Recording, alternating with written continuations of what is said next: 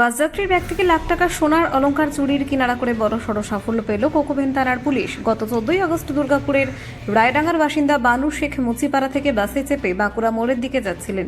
গন্তব্যে পৌঁছানোর পর তিনি দেখতে পান যে তার ব্যাগে থাকা দুটি সোনার বালা উধাও হয়ে গেছে।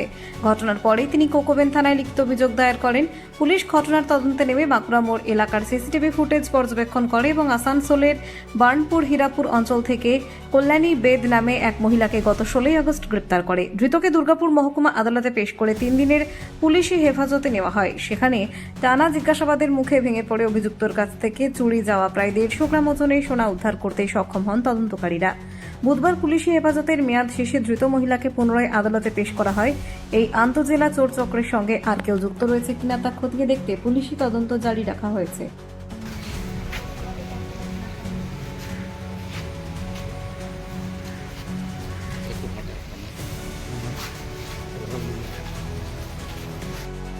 আমি মুচিপাড়ায় বাসে উঠি কবে? 14 তারিখে। হ্যাঁ। তো বাসে ওঠার সময় ওই মহিলাই বাসেই ছিল। তারপরে আমি এসে বাঁকুড়া মোড়ে নামি। বাঁকুড়া মোড়ে নামার সময় ওই মহিলা কীভাবে আমার ব্যাগে থেকে বালাজোড়া বের করে নেয়, সোনার বালা। তারপরে কিছুক্ষণ পরেই আমার খোঁজ হয়।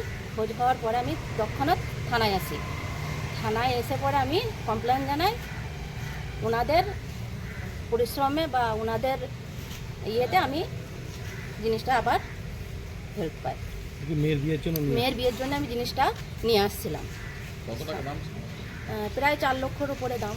কোথা থেকে আসছিলেন, কোথায় যাচ্ছিলেন? আমি মুচিপাড়া থেকে আসছিলাম আর নেমেছি আমি বাঁকুড়া মোড়ে, রায়ডাঙ্গায় আমার বাড়ি। বাসের পাশেই বসেছিল আপনার? হ্যাঁ, আমার পাশেই বসেছিল। কোথা থেকে উঠেছিল স্যার?